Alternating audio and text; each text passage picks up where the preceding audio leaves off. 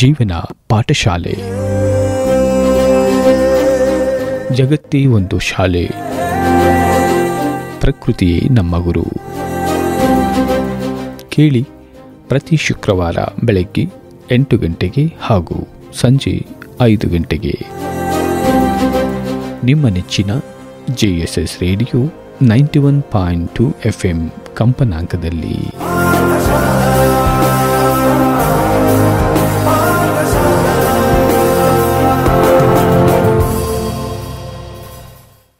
ಪ್ರೀತಿಯ JSS radio 91.2 FM ಕೇಳುಗರಿಗೆಲ್ಲ ನಮಸ್ಕಾರ. ನಾನು ನಿಮ್ಮ ಬಾನುಲಿ ಗೆಳೆಯ ಶಿವಕುಮಾರ್. ಜೀವನ ಪಾಠಶಾಲಾ ಸರಣಿ ಕಾರ್ಯಕ್ರಮಕ್ಕೆ ಆತ್ಮೀಯವಾದ ಸ್ವಾಗತ.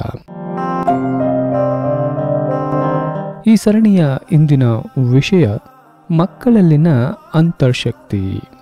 ಈ ವಿಷಯ ಕುರಿತು ಮಾತನಾಡಲಿಕ್ಕೆ ಇಂದು ನಮ್ಮ ಜೊತೆಗಿದ್ದಾರೆ ಮನೋವಿಜ್ಞಾನಿಗಳು ಹಾಗೂ ಯಲ್ಲಂಗಳ ಅಕಾಡೆಮಿಯ ಸಂಸ್ಥಾಪಕರೂ ಆದ ಶ್ರೀ ನವೀನ್ ಯಲ್ಲಂಗಳರವರು. ಬನ್ನಿ ಅವರನ್ನು ಕಾರ್ಯಕ್ರಮಕ್ಕೆ ಸ್ವಾಗತಿಸೋಣ. ಸರ್, ಕಾರ್ಯಕ್ರಮಕ್ಕೆ ಆತ್ಮೀಯವಾದ ಸ್ವಾಗತ. ನಮಸ್ತೆ. ಇವತ್ತು ನಾವು ಈ ಜೀವನ ಪಾಠಶಾಲೆಯಲ್ಲಿ ಮಕ್ಕಳಲ್ಲಿನ ಅಂತರ್ಶಕ್ತಿ ಕುರಿತು ನಾವು ಮಾತನಾಡ್ತಾ ಇದ್ದೀವಿ. ಪ್ರತಿಯೊಬ್ಬ ಮಕ್ಕಳಲ್ಲೂ ಅವರದೇ ಆದ ಒಂದು ಸಾಮರ್ಥ್ಯ ಇರುತ್ತೆ, ಬುದ್ಧಿಶಕ್ತಿ ಇರುತ್ತೆ. ಆದರೂ ಕೂಡ ನಮ್ಮ ಶಾಲೆಗಳಲ್ಲಿ ಅಥವಾ ಮನೆಗಳಲ್ಲಿ ನೋಡುವಾಗ ಹಲವು ಮಕ್ಕಳನ್ನು ಬುದ್ಧಿವಂತ ಮಕ್ಕಳು ಅಂತ ಹೇಳ್ತೀವಿ, ಕೆಲವು ಮಕ್ಕಳನ್ನು ದಡ್ಡ ಮಕ್ಕಳು ಅಂತ ಹೇಳ್ತೇವೆ. ಹೌದಾ? ಬುದ್ಧಿವಂತ ಮಕ್ಕಳು, ದಡ್ಡ ಮಕ್ಕಳು ಈ ಥರ ಇರುತ್ತಾ, ಹೇಗೆ ಸರ್? ಮಕ್ಕಳಲ್ಲಿ ನಾವು ಕಾಣುವಂಥದ್ದು ಸಾಮಾನ್ಯವಾಗಿ ನನ್ನ 14 ವರ್ಷದ ಅನುಭವದಲ್ಲಿ ಒಂದಿಷ್ಟು ಮಕ್ಕಳಲ್ಲಿ ಒಂದು ಸರಿಯಾದ ರೀತಿಯ ಅದ ಜೀವನವನ್ನು ನೋಡುವಂಥ ಒಂದು ಮನೋಭಾವದ ಕೊರತೆಯನ್ನು ನಾವು ಕಾಣ್ತೀವಿ. ಆದ್ದರಿಂದ ನಾವು ಅವರು ಏನು ಮಾಡ್ತಾ ಇದ್ದಾರೆ ಅಂತ ಅವ್ರಿಗೆ ಗೊತ್ತಾಗ, ಅಂದರೆ ನಮಗೆ ಬೇಕಾದ ಥರ ಅವರು ಇದ್ದಾಗ ನಾವು ಮೇ ಬಿ ಕೆಲವು ಸಲ ನಾವು ಅವರನ್ನು ಬುದ್ಧಿವಂತರು ಅಂತ ಹೇಳುವಂಥದ್ದಿದೆ. ಅಥವಾ ಜೀವನದಲ್ಲಿ ಏನೋ ಒಂದು ಸ್ಟ್ಯಾಂಡರ್ಡನ್ನು ಇಟ್ಟುಕೊಂಡು ನಾವು ಆ ಸ್ಟ್ಯಾಂಡರ್ಡನ್ನು ಕಟ್ಟಿ ಆ ಲೆವೆಲ್ಗೆ ಅವರು ತಲುಪಿದ್ರೆ ಅವರು ಬುದ್ಧಿವಂತರು ಅಂತ ಹೇಳುವಂಥವ್ರು ಇದ್ದೀವಿ. ಅಥವಾ ಕೆಲವರು ನೆನಪಿನಲ್ಲಿ ಇಟ್ಟು ಒಂದು ವಿಷಯವನ್ನ ಅದನ್ನು ಇನ್ನೊಂದು ಜಾಗದಲ್ಲಿ ತೋರಿಸಿಕೊಟ್ಟಾಗ ಅವರನ್ನು ಬುದ್ಧಿವಂತರು ಅಂತ ಕರೆಯುವಂಥದ್ದು ಇದೆ. ಅಂದ್ರೆ ಹಂಗೆ ಮಾತ್ರ ನಾವು ಬುದ್ಧಿವಂತರು ಅಂತ ಹೇಳುವಂಥದ್ದಿಲ್ಲ. ಈಗ ಸಾಮಾನ್ಯವಾಗಿ ನಿಮಗೆ ಗೊತ್ತಿರ್ಬೋದು IQ, EQ, SQ ಅಂತ ಹೇಳುವಾಗ ಜೀವನದಲ್ಲಿ IQಗಿಂತಲೂ EQ, SQ ಅಂದ್ರೆ ಇಮೋಷನಲ್ ಕೋಶೆಂಟು ಮತ್ತು ಸ್ಪಿರಿಚುವಲ್ ಕೋಶೆಂಟ್ ಅಂದ್ರೆ ಜೀವನವನ್ನ ನೋಡೋದು ಹೇಗೆ, ಜೀವನವನ್ನ ಅನುಭವಿಸೋದು ಹೇಗೆ, ಖುಷಿಯಾಗಿರೋದು ಹೇಗೆ, ಅಂದ್ರೆ ಜೀವನಕ್ಕೆ ಅರ್ಥ ಕೊಡೋದು ಹೇಗೆ ಅಂತ ಗೊತ್ತಿರುವಂಥ ಮಕ್ಕಳು ಅವರು ಖಂಡಿತವಾಗಿ ನನ್ನ ಲೆಕ್ಕದಲ್ಲಿ ಬುದ್ಧಿವಂತರು. ಯಾಕಂದ್ರೆ ಅವ್ರ ಜೀವನವನ್ನು ನೋಡ್ತಾ ಇದ್ದಾರೆ. ಅಲ್ಲ, ನೀವು ಹೇಳುವಾಗ ಮಕ್ಕಳು ದಡ್ಡ ಮಕ್ಕಳು ಬುದ್ಧಿವಂತ ಮಕ್ಕಳು ಅಂತ ಯೋಚನೆ ಮಾಡೋದು ಅವರ ಅಳತೆಗೋಲು ಏನಿದೆ ಅದ್ರ ಮೇಲೆ ನಿರ್ಧಾರ ಮಾಡ್ತಾರೆ, ಅಥವಾ ಅವರ ನಿರೀಕ್ಷೆಗಳೇನಿದೆ ಆ ನಿರೀಕ್ಷೆಗಳು ತಲುಪಿಲ್ಲ ಅಂದಾಗ ದಡ್ಡ ಅಂತಾರೆ ಅಂತ. ಸೊ ಇದು ಮಕ್ಕಳಲ್ಲ, ಅವರ ಮೇಲೆ ಬೇರೆಯವ್ರು ಯಾರು ಅಳತೆಗೋಲು ಇಟ್ಕೊಂಡಿದಾರೋ ಅವ್ರ ಮೇಲೆ ನಿರ್ಧಾರ ಆಗುತ್ತೆ ಅಂತ ಹೇಳ್ತಿದ್ದೀರಿ. ಆದರೆ ಒಂದು ಏನಂತಿರುತ್ತೆ, ಕೆಲವು ಮಕ್ಕಳಲ್ಲಿ ಅದು ನಾವು ಬಿಲೀಫ್ ಸಿಸ್ಟಮ್ ಅಂತ ಕರಿತೀವಿ.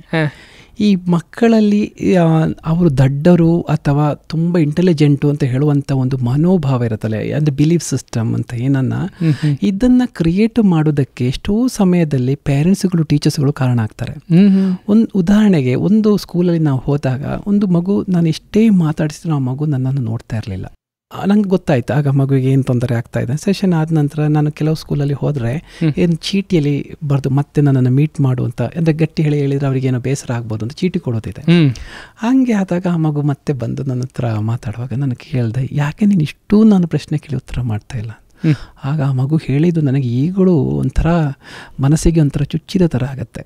ಏನಾಗಿರುತ್ತೆ ಅಂತಂದರೆ, ಆ ಮಗು ಹತ್ರ ಮಗುವಿನ ಕೂದಲು ತುಂಬ ಸ್ಟ್ರೈಟ್ ಉದ್ದಕ್ಕೆ ನಿಂತಿತ್ತು. ಆಗ ಮಗು ಹತ್ರ ಹೇಳಿದ್ರು, ನಿನ್ನ ಕೂದಲೆಲ್ಲ ಉದ್ದ ಇದೆಯಲ್ಲ, ಹಂಗಿರೋರು ಈ ಪೆದ್ದುಗಳಿಗೆ ಹಂಗೆ ಉದ್ದದ ಕೂದಲು ಹಿಂಗೆ ಸ್ಟ್ರೈಟ್ ಆಗಿರುತ್ತೆ ಅಂತ. ಆ ಮಗು ಅದನ್ನು ಒಪ್ಪಿಬಿಟ್ಟಿರುತ್ತೆ. ಏನು ಅಂತ, ನನ್ನ ಕೂದಲು ಸ್ಟ್ರೈಟ್ ಇದೆ ಅಂದರೆ ನಾನು ಪೆದ್ದು, ಅದಕ್ಕೋಸ್ಕರ ನನಗೆ ಏನೂ ಓದಿದ ಅರ್ಥ ಆಗಲ್ಲ, ನನಗೆ ಆಗಲ್ಲ ಅಂತ ಹೇಳುವಂಥ.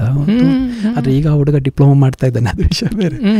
ಅಂದರೆ ಅದು ಎಲ್ಲ ಕಡೆ ನಮಗೆ ಆಗತ್ತೆ ಅಂತಲ್ಲ. ಆದರೆ ಈ ಥರ ಕೆಲವು ಸಲ ಪೇರೆಂಟ್ಸ್ಗಳಿರ್ಬೋದು, ಟೀಚರ್ಸ್ಗಳಿರ್ಬೋದು, ಅಥವಾ ನಾವು ಸುಮ್ಮನೆ ಹೇಳಿರುವಂಥ ಕೆಲವು ಮಾತುಗಳನ್ನು ಮಕ್ಕಳು ಒಪ್ಪಿಬಿಟ್ಟು ಪೆದ್ದುಗಳಾಗುವಂಥದ್ದು, ಅದು ಪೆದ್ದುಗಳು ಅಂತ ನಾನು ಹೇಳುವಂಥದ್ದು ಆ ವಿಷಯದಲ್ಲಿ ಹಂಗೆ ಆಗುವಂಥದ್ದು ಇರುತ್ತೆ. ಅದಕ್ಕೆ ಹೇಳು, ನಾವು ಉಪಯೋಗಿಸುವಂಥ ಪದಗಳಿಗೆ ಒಂದು ಭಾವನೆ ಅದು ಕನೆಕ್ಟೆಡ್ ಆಗಿರುವಾಗ ನಾವು ಬಹಳ ಕೇರ್ಫುಲ್ ಆಗಿರಬೇಕು.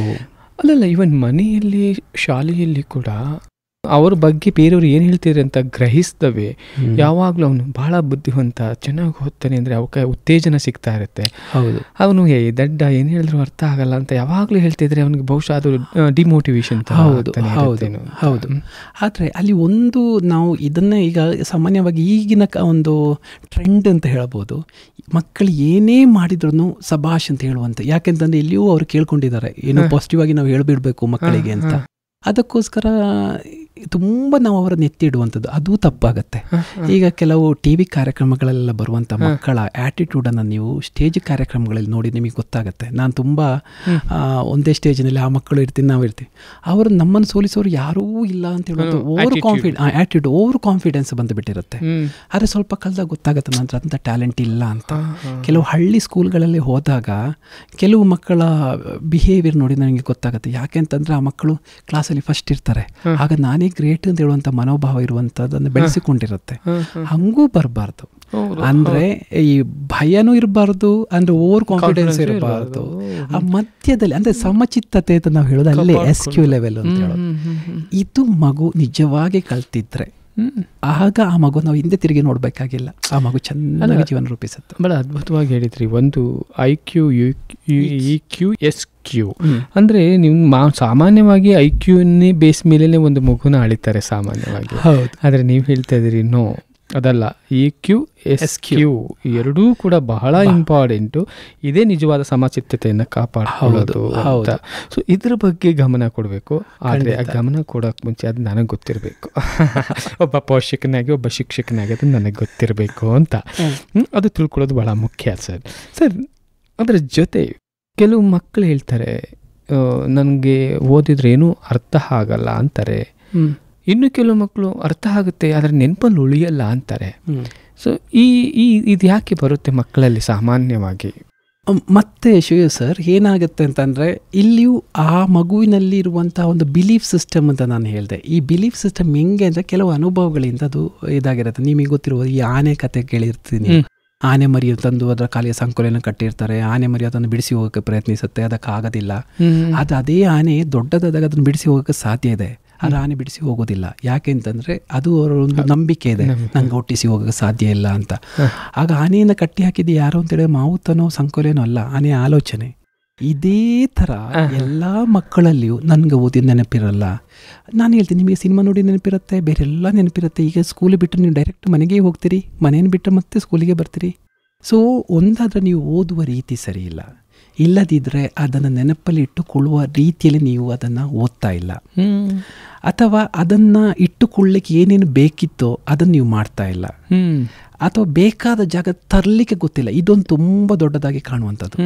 ಮಕ್ಕಳಿಗೆ ಪರೀಕ್ಷೆ ಕಳೆದು ಹೊರಗೆ ಬಂದಾಗ ಈ ಪ್ರಶ್ನೆಗೆ ಈ ಉತ್ತರ ನಂಗೆ ಗೊತ್ತಿತ್ತು ಅಂತ ಹೇಳ್ತಾರೆ. ಹೌದು, ಅದು ಅಲ್ಲಿ ಗೊತ್ತಾಗಲ್ಲ ಅವರಿಗೆ. ಯಾಕಂದರೆ ಈ ಅವೇರ್ನೆಸ್ ಆಫ್ ಮೈಂಡ್ನಲ್ಲಿ, ಆ ಮನಸ್ಸಿನಲ್ಲಿ ಈ ನೀವು ನೋಡಿ ಸ್ಟೇಜಿಗೆ ಹೋದಾಗ ನಾವು ಏನೋ ಒಂದು ವಿಷಯಕ್ಕೆ ರೆಡಿಯಾಗಿ ಹೋಗ್ತೀವಿ. ಸ್ಟೇಜಿಗೆ ಹೋದಾಗ ನಮಗೆ ಅದು ಯಾವುದು ಬರೋದಿಲ್ಲ. ಯಾಕೆಂತಂದ್ರೆ ನಮ್ಮ ಮನಸ್ಸು ಆಗ ತುಂಬಿರುವಂಥದ್ದು ಎಲ್ಲರ ಕಣ್ಣುಗಳು ನನ್ನನ್ನೇ ನೋಡ್ತಾ ಇರ್ತವೆ. ನಾನು ಇಲ್ಲಿಗ ತಪ್ಪು ಮಾತನಾಡಿದರೆ ಎಲ್ಲರೂ ನಗ್ತಾರೆ, ಇದರಿಂದ ನನಗೆ ಹೆಂಗೆ ಎಲ್ಲರ ಮುಖ ನೋಡಲಿ.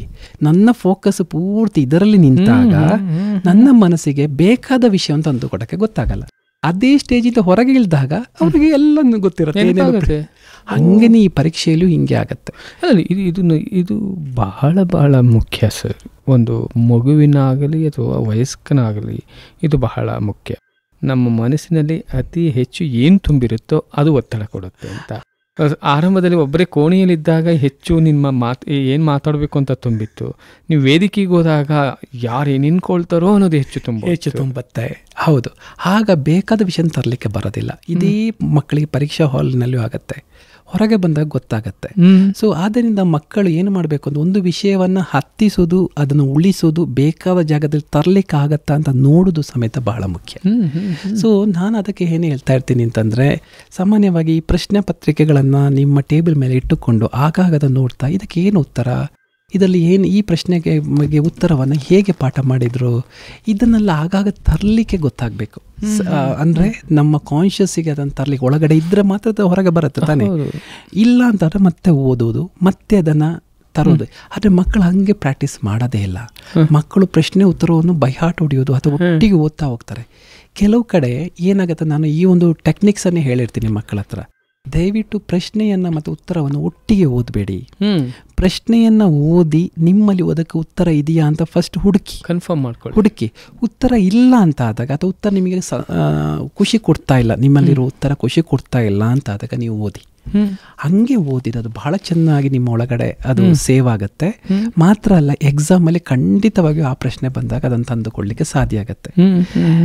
ಆದರೆ ಹೆಚ್ಚಿನ ಮಕ್ಕಳು ಏನು ಮಾಡ್ತಾರೆ, ಪ್ರಶ್ನೆ ಮತ್ತು ಉತ್ತರವನ್ನು ಒಟ್ಟಿಗೆ ಓದಿರ್ತಾರೆ, ಅದು ಒಟ್ಟಿಗೆ ನಿಂತಿರುತ್ತೆ, ಅದು ಒಟ್ಟಿಗೆ ಯಾವ ಪ್ರಶ್ನೆಗೆ ಈ ಉತ್ತರ ಅಂತ ತರಲಿಕ್ಕೆ ಅಂತ ಒಂದು ಮ್ಯಾಪಿಂಗ್ ಆಗಿರೋದಿಲ್ಲ. ಇದೊಂದು ದೊಡ್ಡ ತೊಂದರೆ ಆಗುವಂಥದ್ದು ಮಕ್ಕಳಿಗೆ. ಅದಕ್ಕೋಸ್ಕರ ಈಗ ಸಾಮಾನ್ಯವಾಗಿ ನಾನು ಶಾಲೆಗಳಿಗೆ ಹೋದರೆ ನಾನು ಡಿವೈಡ್ ಮಾಡ್ತೀನಿ ಮಕ್ಕಳನ್ನು. ಒಂದು, ನಾನು 80 ಮಾರ್ಕ್ಸ್ ತೆಕ್ಕೊಳ್ಳಿಕ್ಕೆ ಓದ್ತೀನಿ ಅಂತಿದ್ರೆ ನನಗೆ 80 ಮಾರ್ಕ್ಸ್ ಬರುತ್ತೆ, ಅದು ಒಂದು ಟೀಮ್. ಎರಡನೇದು, ನಾನು 80 ಮಾರ್ಕ್ಸ್ ಬರಬೇಕು ಅಂತ ಓದಿದ್ರೆ ನಂಗೆ 60 ಮಾರ್ಕ್ಸೇ ಬರೋದು, ಇದು ಎರಡನೇ ಟೀಮ್. ಅದು ಎಷ್ಟು ಓದ್ತೀನೋ ಅಷ್ಟು ಮಾರ್ಕ್ಸ್ ಬರಲ್ಲ. ಮೂರನೇದು, ನಂಗೆ ಓದಬೇಕು ಅಂತ ಆಸೆ ಇದೆ, ಅದು ನಂಗೆ ಓದ್ಲಿಕ್ಕಾಗಲ್ಲ. ಸೊ ಈ 3 ಗ್ರೂಪಲ್ಲಿ ಎಲ್ಲಿದ್ದೀರಿ ಅಂತ ನಿಮ್ಮ ಹತ್ರ ಯಾಕಂತಂದ್ರೆ ಮೊದಲಿಗೆ ನಾವು ನಮ್ಮ ಪ್ರಾಬ್ಲಮ್ ಏನು ಅಂತ ಐಡೆಂಟಿಫೈ ಮಾಡಬೇಕು ಅಲ್ವಾ, ಆ ನಂತರ ಸೊಲ್ಯೂಷನು. ಅದಲ್ಲದೆ ನಾವು ಸುಮ್ಮನೆ ನೀವು ಹಂಗೆ ಮಾಡಿ ಹಿಂಗೆ ಮಾಡಿ ಅಂತ ಹೇಳಿದ್ರೆ ಅದಾಗಬೇಕು ಅಂತಿಲ್ಲ. ಸೊ ಈಗ ಮತ್ತು ನಾನು ಮಕ್ಕಳ ಹತ್ರ ಕೇಳ್ತೀನಿ, ನೀವು ಓದ್ತೀರಿ, ನಿಮಗೆ ಮಾರ್ಕ್ಸ್ ಬರ್ತಾ ಇಲ್ಲ, ಹಾಗಿದ್ರೆ ಯಾಕಿರ್ಬೋದು, ನಿಮಗೆ ಏನು ಗೊತ್ತಾ, ನಿಮಗೆ ಏನು ಅನಿಸುತ್ತೆ ಅಂತ ಕೇಳ್ತೀನಿ. ಕೆಲವರು ಹೇಳ್ತಾರೆ, ನಾನು ಓದೋ ರೀತಿ ಸರ್ ಇರಲಿಕ್ಕಿಲ್ಲ. ಕೆಲವರು ಹೇಳ್ತಾರೆ, ನಂಗೆ ಓದಿನ ಮರ್ತೋಗುತ್ತೆ, ನಂಗೆ ಎಕ್ಸಾಮ್ ಅಂದರೆ ತುಂಬ ಭಯ ಸರ್, ನಂಗೆ ಹಂಗಿದ್ದಾಗತ್ತೆ ಅಂತ ಈ ಕಾರಣಗಳನ್ನು ಕೊಡ್ತಾ ಹೋಗ್ತಾರೆ. ಸೊ ಅದಕ್ಕೆ ಮತ್ತೆ ಏನು ಸೊಲ್ಯೂಷನ್ ಅಂತ ಮತ್ತೆ ನಾನು ಹೇಳ್ತಾ ಹೋಗ್ತೀನಿ, ಹಿಂಗೆ ಹೋಗುತ್ತೆ. ಅಲ್ಲ, ನನಗೆ ಇದು ನೀವು ಹೇಳಿದ್ರಲ್ಲ 3, ಅದರಲ್ಲಿ ನನಗೆ 3ನೇದು ಬಹಳ ಮುಖ್ಯ. ಯಾಕಂದರೆ ಯಾವ ವಿದ್ಯಾರ್ಥಿಗೂ ಅಥವಾ ಯಾವ ಮಕ್ಕಳಿಗೂ ನಾನು ಓದಬಾರದು ಅಂತಿಲ್ಲ, ಓದೋ ಆಸೆ ಇದ್ದೇ ಇರುತ್ತೆ. ಆದರೆ ಹೆಂಗೆ ಓದೋದು, ಹೆಂಗೆ ಅರ್ಥ ಮಾಡ್ಕೊಳ್ಳೋದು, ಹೆಂಗೆ ತಲೆಯಲ್ಲಿ ಇಟ್ಕೊಳ್ಳೋದೇ ಸವಾಲು ಅವ್ರಿಗೆ. ಅದನ್ನು ನೀವು ಟಿಪ್ಸ್ ಕೊಟ್ಬಿಟ್ರೆ ಬಹುಶಃ ಇವತ್ತಿನ ಕಾರ್ಯಕ್ರಮ ನನಗೆ ಬಹಳ ಸುಲಭ ಆಗೋಗುತ್ತೆ ಅಂತ ಅನಿಸುತ್ತೆ. ಶಿವ ಸರ್, ನಿಮ್ಮ ಪ್ರಶ್ನೆ ಬಹಳ ಬಹಳ ಚೆನ್ನಾಗಿರುವಂಥದ್ದು. ಯಾಕೆಂತಂದರೆ ನೀವು ಬಹಳ ಚೆನ್ನಾಗಿ ಮಕ್ಕಳ ಒಂದು ಸೈಕಾಲಜಿನ ಅರ್ಥೈಸ್ಕೊಂಡಿದ್ದೀರಿ ಅಂತ.